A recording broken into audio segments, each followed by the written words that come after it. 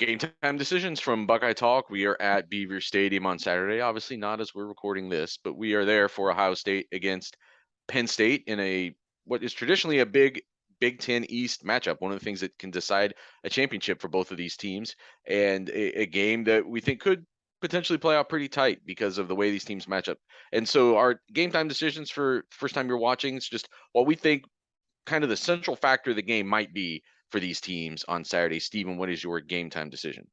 Yeah, so I did this a lot last year with Denzel Burke whenever he had a pretty quality matchup to go against. I'm going to do it this year with Joey Porter and Kalen King. It's not a Marvin Harrison, a Mecca Ibuka conversation. It's a CJ Stroud versus those two, especially in man coverage. According to PFF, both of those guys have been targeted 26 times in man coverage. Joey Porter's given up 11 catches. Kalen King's given up 12 for 136, and Joey Porter's 36. So that's a combined 23 of 52 for 172 yards. It's 44.2%. So I just anytime those two get targeted by CJ Stroud, especially in man coverage, whether it's Marvin Harrison Jr., whether it's Emeka Buka, Julian Fleming, heck, if one of them randomly ends up on a running back or a tight end for a play, if Xavier Johnson comes in, whatever it is, I want to mark it. And I want to see they haven't given up a touchdown. And as you can see, they haven't really given up a lot of catches this year. Can CJ Stroud maybe be the first quarterback to break through that because of the combination of what he is as a talent, but then also what this wide receiver core? So I think both ways, this is a how good is this wide receiver core really, but also how good are these two corners really who have both been basically locked down all season? Penn State, one of the national leaders in completion percentage allowed, opposing quarterback efficiency rating, yards allowed per pass attempt. Like they are legitimately rank among the best in the country at that, and they played a fairly tough schedule as Big Ten teams go for the first 7 8 weeks. So that's going to be a huge matchup.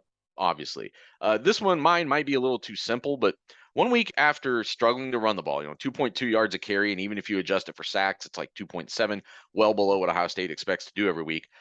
I think Ohio State is going to come out and try to be assertive in the run game. Part of it is what you're talking about because Penn State is so talented in the secondary that even though that is not Ohio State's main strength, they are talented enough in the backfield and on this offensive line to be able to go out and run the ball. I think they want to prove that they can. I think there's going to be some incentive, just some personal incentive, a little pride on the line to come out and run the ball better than they did last week.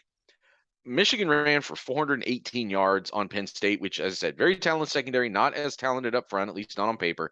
418 yards for and several like explosive plays in the process of doing that. If you take that game away, though, Penn State allows 3.11 yards per carry. And that's obviously not the way numbers work. You have to include everything, but that would rank in the national top 15 if you took out that Michigan game. So those contrasting numbers tell me that there's an opportunity here to be exploited for Ohio State, but not necessarily a defensive front that's just going to roll over and die.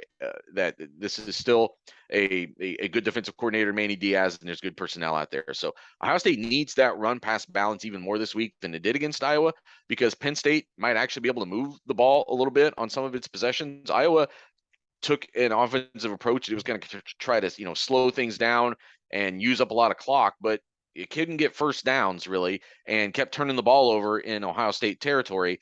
Or in its own territory, I should say. I don't know that Penn State's going to struggle to that extent, even if it is not a fantastic offense on itself. So Ohio State's got to be a little bit more crisp, and it's got to have that balance. I think it's got to take better advantage of the situations where Penn State's trying to take away the pass and run on teams the way it did in the first 6 games of the year. A lot more on that on the Buckeye Talk pregame preview episode that we did that's out every Friday.